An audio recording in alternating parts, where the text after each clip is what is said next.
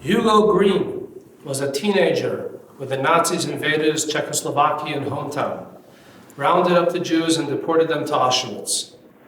On the night of Hanukkah, as Hugo shivered in the barracks, he saw his father pull out a small tin cup with a small lick of butter at the bottom of it. He pulled a thread from his camp uniform, inserted it into the butter, and proceeded to light it while reciting the Hanukkah blessings under his breath. Hugo was outraged, not because his father was endangering his life by lighting the Hanukkah candles, an offense for which he could be shot on the spot. He found it simply impractical and asked his father, how could he possibly waste a lick of butter that could provide much needed nutrition for their bodies by lighting it for Hanukkah for just a few minutes. His father looked him in the eye and said, Hugo, if Auschwitz taught us anything, it is that a person can live for days without food, but he cannot live for one moment without light. The horrors of the Holocaust are often referred to as a great conflagration that burned down the Jewish world of Europe. Fire has a very profound destructive power, and in fact, many of our brethren perished during that terrible period through fire. But fire is also the source of much needed warmth, and most importantly, light. When remembering the Holocaust, we can choose to focus on all that was so tragically lost, which we must do. But we can also choose to be mindful of the tremendous light that shone forth from the millions who were imprisoned by the Nazis, but whose spirits never succumbed to the darkness. They were all truly free. We recently celebrated the festival of Passover, the season of our redemption. Our tradition maintains that from the moment our ancestors were liberated from Egyptian slavery, we became a free nation for eternity. Even under the cruelest oppression imaginable, we were always truly free. My wife Shani's grandmother, Mrs. Itu Lustig, may she live and be well, was a young teenager in Auschwitz. She shared with me a while back that behind the barbed wires and the shadows of the smoking crematoriums, Jews had the fortitude and strength to spread the word that Passover was fast approaching. On the eve of Passover, she rejected the pathetic morsel of bread her captors provided her in observance of the prohibition not to eat any chametz, leavened bread, during Passover. She concluded with a smile that it was her proudest moment in Auschwitz. She did not have matzah, but she would never allow the Nazis to break her spirit, and she abstained from eating the much-needed bread in observance of Passover.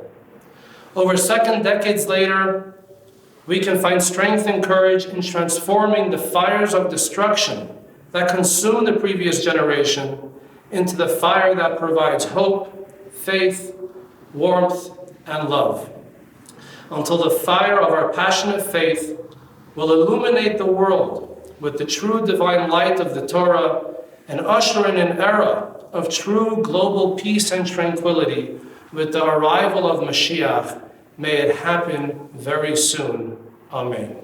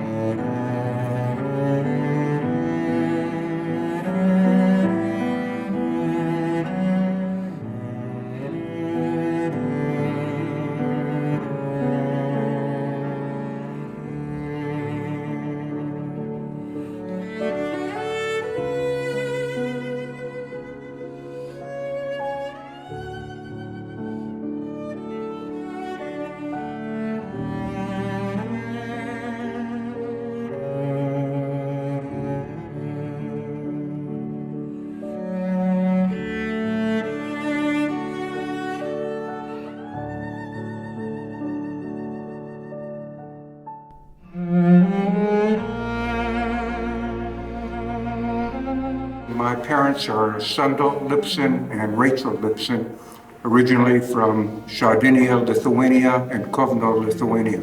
They married in Kovno, Lithuania, and had two children, Moshe and Mina Lipsius. My mother and father in the 1930s didn't realize what was happening in Nazi Germany, extending all the way to Lithuania, and they refused to leave because they were very successful and had a good life in Lithuania.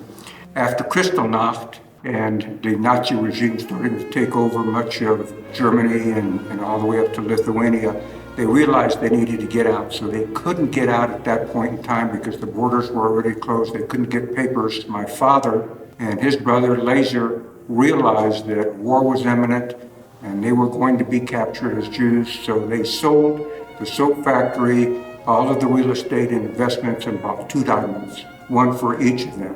When the Germans started interring all of the Jews into ghettos, my father, mother, Lazer, and his wife Hannah, and their 2 children, and my brother and sister Moshe and Mina were taken to the Kovno ghetto, as well as my grandparents, my father's parents and my mother's parents.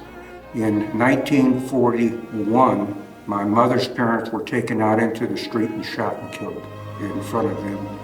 And in 1942, my father's parents were taken out into the street, also murdered in the street in full view of my parents.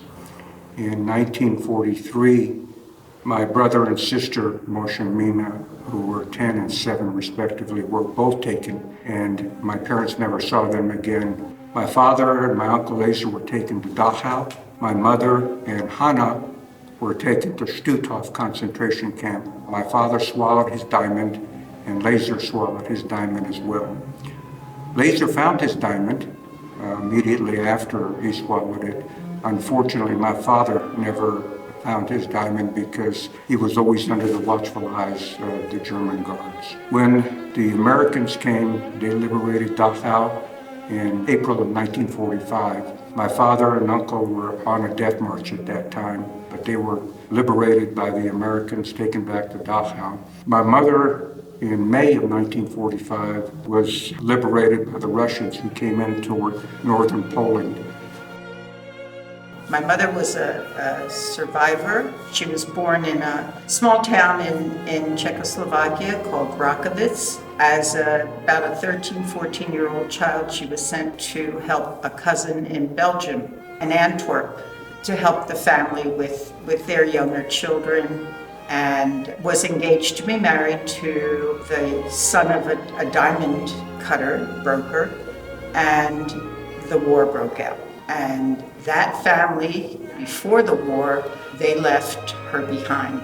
she ended up running after that. She changed her name from Cecilia Friedman, Seal was her Yiddish name, Seal Friedman, to Cecilia Francis, and was hidden by some priests. And then she started moving south as the Nazis came in, and she ended up hiding with another group in a pig farm in France, and then was captured and put in a work camp. Towards the end of the war, she escaped from there with a couple of friends, and they were wandering around in the forest. They didn't know where they were or anything. And my father, who was a Spanish emigre from Spain, had joined the French underground, and he and his group found them and took them back to a small town in France.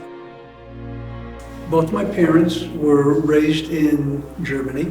My father was actually born in Krakow, Poland, and at a very early age, his parents moved to Breslau, Germany. My mother was born and raised in Karlsruhe, Germany, and that's where they spent their youth until the Holocaust. My mother was still in Karlsruhe after Kristallnacht, so she had to go through, obviously, Hitler's rise, the changes in the laws, the Jews losing all of their possessions. And after Kristallnacht, there was a program with England by which young Jewish girls were able to get out of Germany and make their way to England, where they got a job working as a housekeeper. And my mother got into that program, and that's how she managed to get out of Germany. My father, being the eldest of the brothers, stayed with his parents. So just before the war started, he was actually jailed, put in prison, and his younger brother, who at the time was in England, managed to, through a well-placed bribe, get him out of jail, and he made it to England just prior to the start of the war.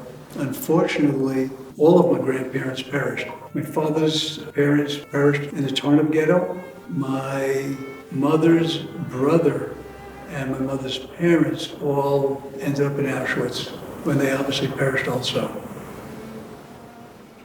My mother, she and her sister, there were only two of them, and their parents were taken to a camp, and they were in a different camp, but it was more of a labor camp. And then they got out of that camp somehow and were getting ready to get on a train that they thought was going to take them to their aunt and uncle, but it was actually going to take them to another concentration camp.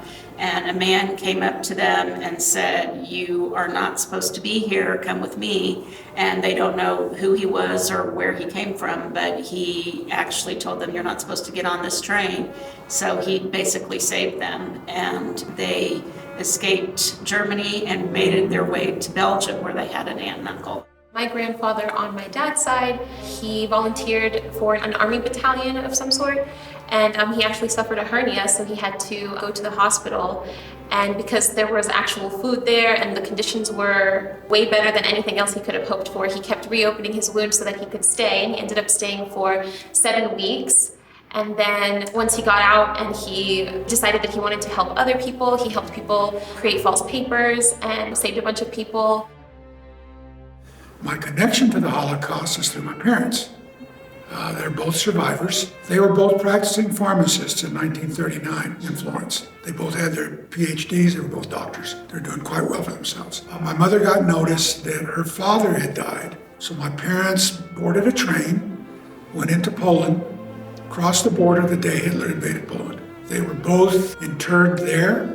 However, because my mother spoke 8 languages, and because my father was a pharmacist, they put him to work in a pharmacy controlled by the Nazis.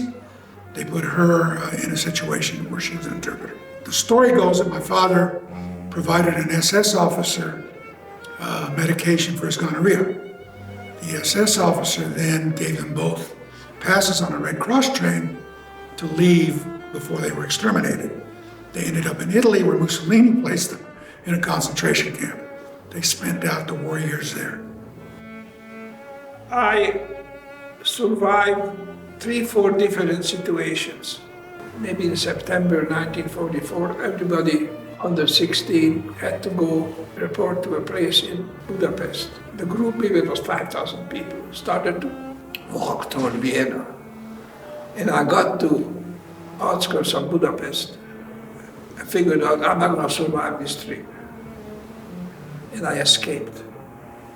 And I got on the streetcar, go home. We still had the house.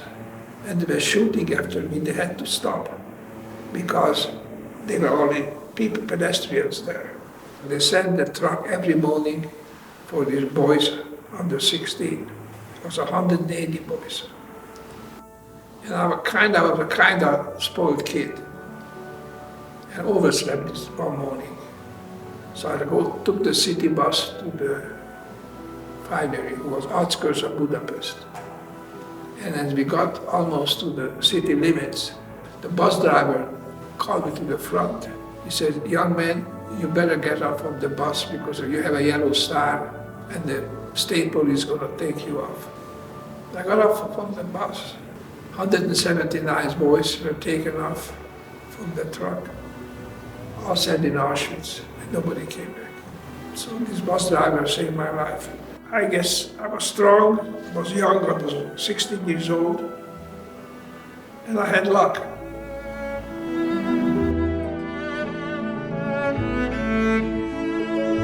After the war, the Joint Distribution Committee and the Red Cross had names of people who had survived and names of people who had died in various concentration camps. And when my father was liberated, he got an opportunity to look at the list, and unfortunately, a Rachel Lipson was shown up on the list as being one of the people who had died in the Stutthof concentration camp. Devastated, he stayed in the Munich area, had no money, no means of support. Meanwhile, my mom was liberated at Stutthof, and unfortunately, on the Joint Distribution Committee, a Sundel Lipson, my father's name, also appeared on the dead list. So she thought that my father had died as well. And my mom heard through the grapevine, the Jewish grapevine that had emanated at that point in time, that my father was probably still alive somewhere in Munich. She used some of the money that she borrowed, found a black marketeer who was an ex-Nazi, and had some forged papers made, and went on train to go south.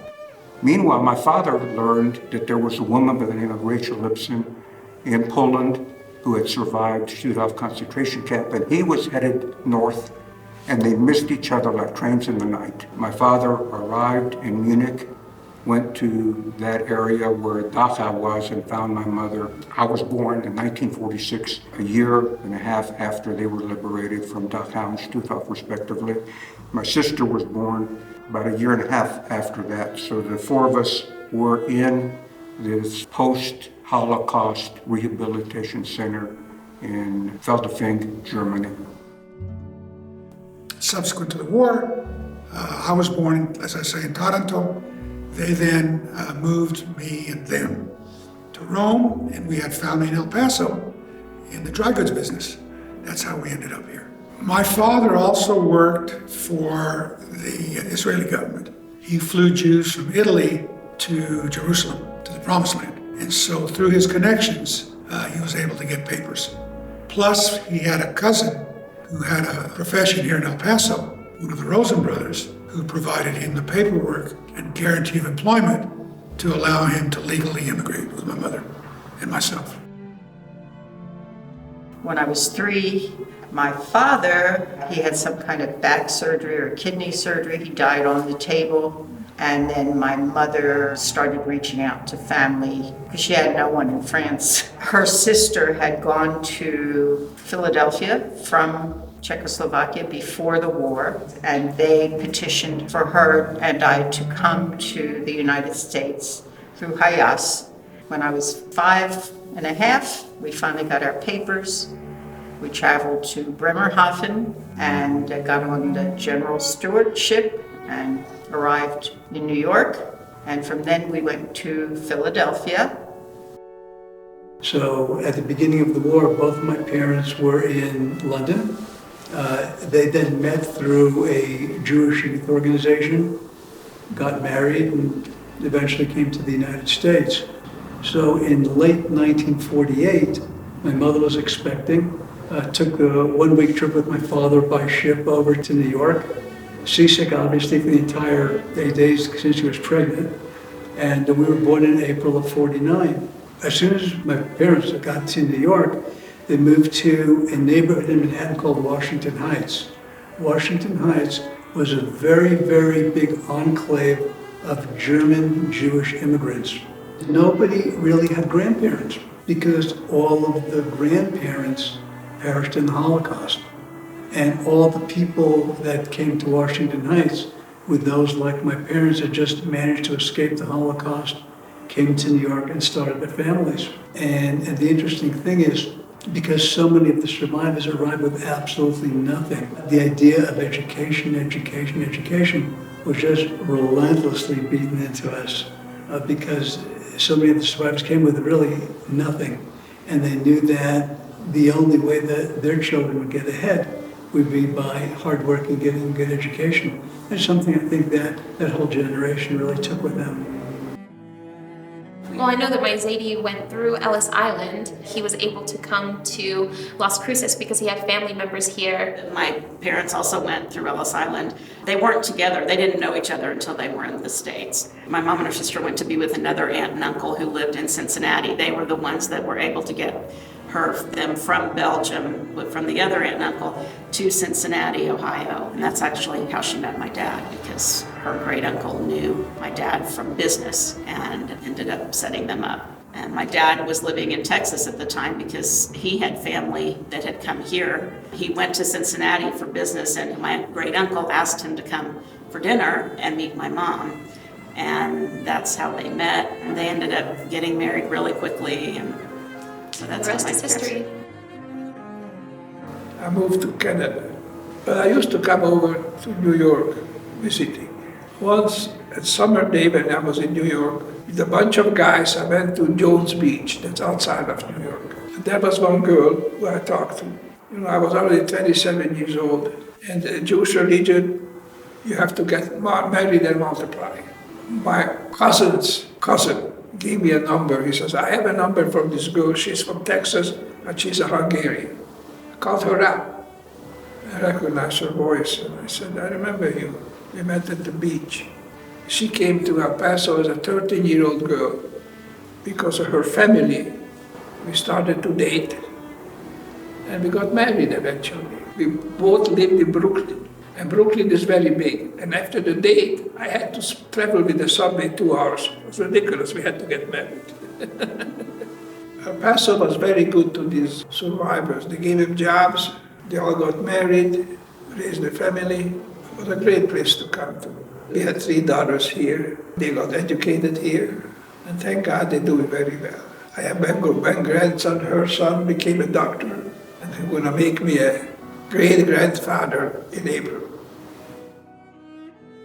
My mother's family had been reasonably successful in El Paso, sent money which paid their passage along with whatever was left from the black market and the diamond, and brought them to El Paso.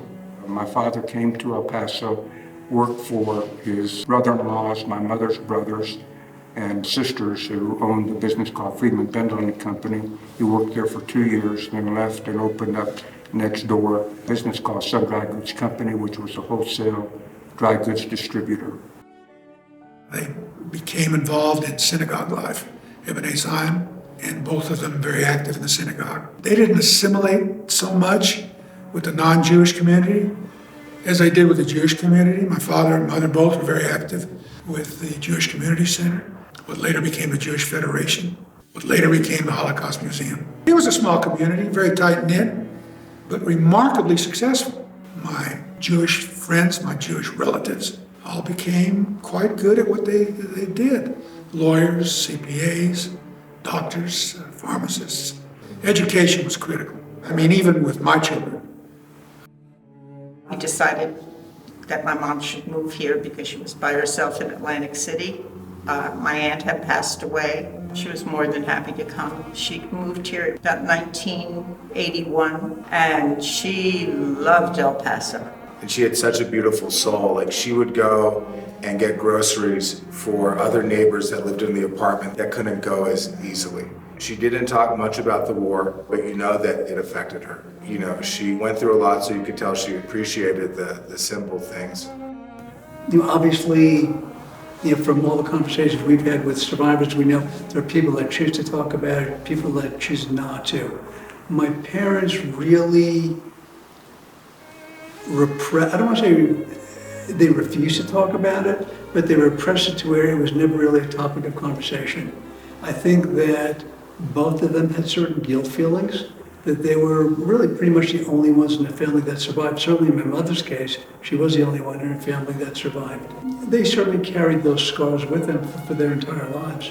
Physically, they were both extremely overprotective. They would never want my brother or I to take any risks. The other characteristic I think is probably even more significant is that I think that our parents wanted us to remain anonymous. She wanted us to fade into anonymity to where we wouldn't be visible. I think that what my parents, and probably mostly my mother, brought with them out of the Holocaust was the impression that keep your head down, don't get involved, mind your own business, and get through life as quietly and anonymously as you possibly can.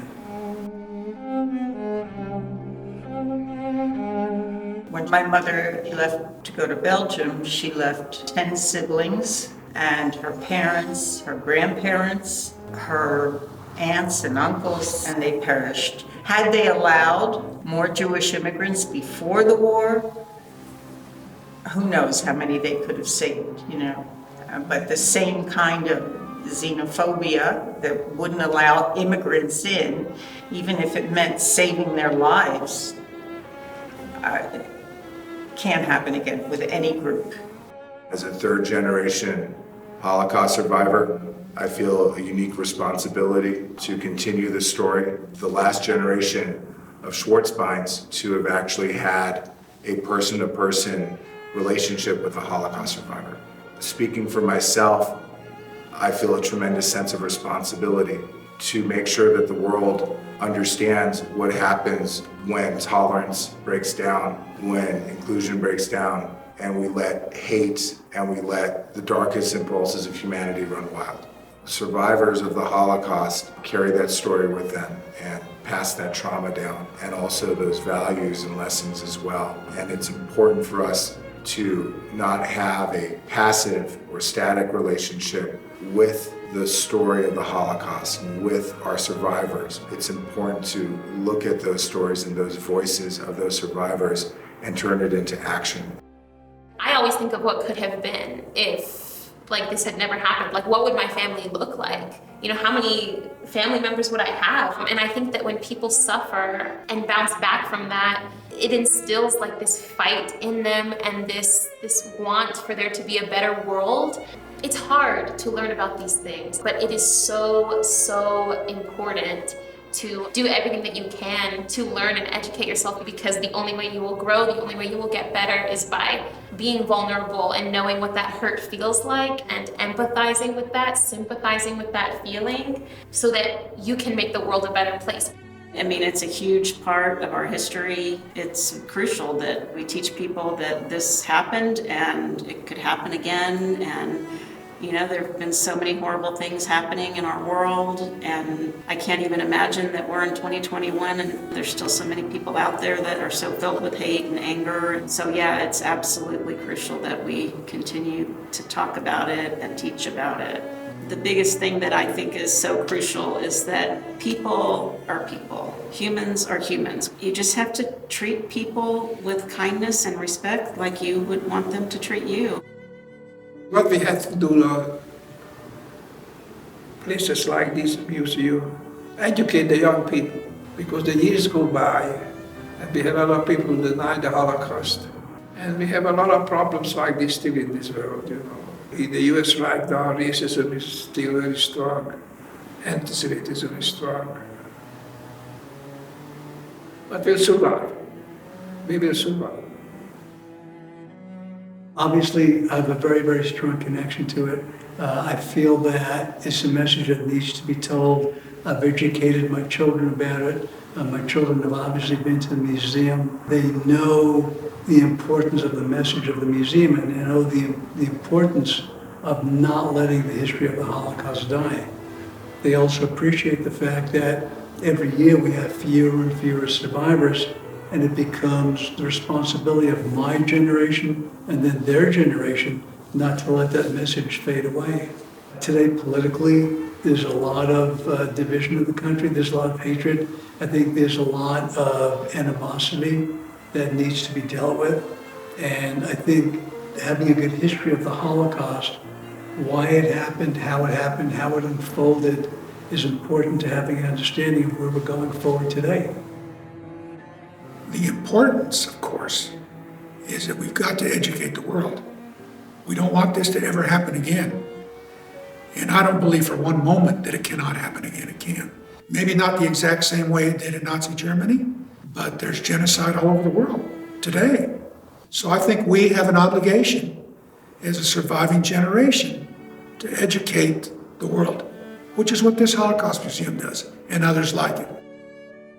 My story, my family's story, it is extremely difficult for people to understand that 6 million Jews died. It is not just a statistic. It is individuals, it is people, it is families. It's what we have lost as a Jewish people. This can never happen again. We just have to be vigilant. We cannot remain apathetic. We cannot remain quiet. Whenever there's any kind of racism or anything that denigrates a race, religion, anything that's different, we need to be able to speak up. We can't allow it to just, from an apathetic standpoint, continue, because that's the worst thing that we can do as human beings. We've got to be proactive about maintaining a peaceful coexistence on this planet.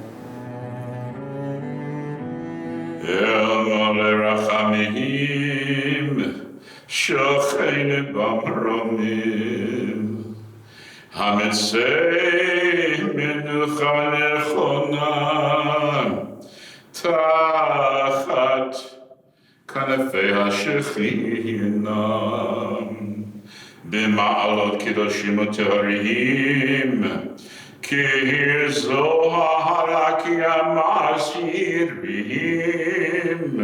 לנשמות כל אחינו בני ישראל שנטבחו בהשואה.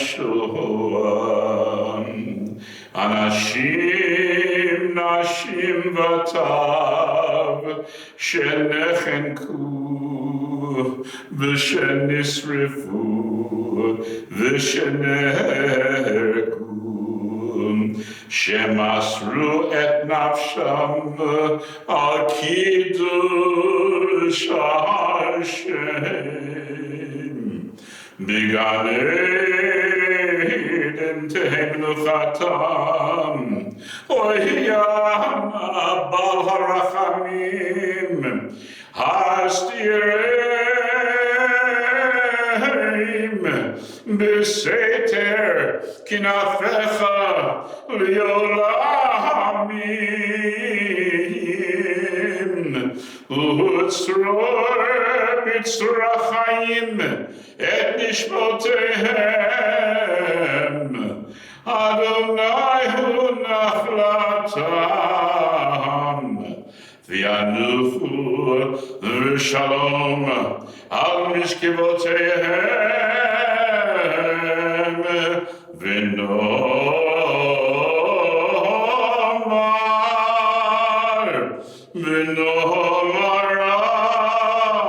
אמן. יתגדל אושוויץ, ויתקדש לודז, שמי רבה פונר. בעלמא דברך חירותי בבייר, בחייכון וביומייכון מיידניק, ובחיי דכל בית ישראל ברקנה, בעגלה ובזמן קריב כבנו, ואמרו אמן, ג'נבסקו. יהי שמי רבם מבורך לעולם ולעולמי עלמיה, יתברך וישתבח טרנסטאט, ויתפאר ויתרומם בוכנוולד, ויתנשא ויתהדר טרבלנקה, ויתעלה ויתהלל וילנה, שמי דקודשה ברגן בלסן, Berichu le'ela maltazin, min kol birchata v'shirata Dachau, tushbechata v'nechemata Minsk, damiran bi'alma Warsaw, v'imru amen. Yehei shlama rabba min shemaya, v'chayim aleinu v'al kol Yisrael v'imru amen. Oseh shalom bimromav hu ya'aseh shalom, aleinu v'al kol Yisrael v'imru amen. May God, who established peace in the heavens, grant peace unto us, to all humanity, to those who died in the Shoah, and may God bring peace to all of Israel and all mankind. And let us say, Amen.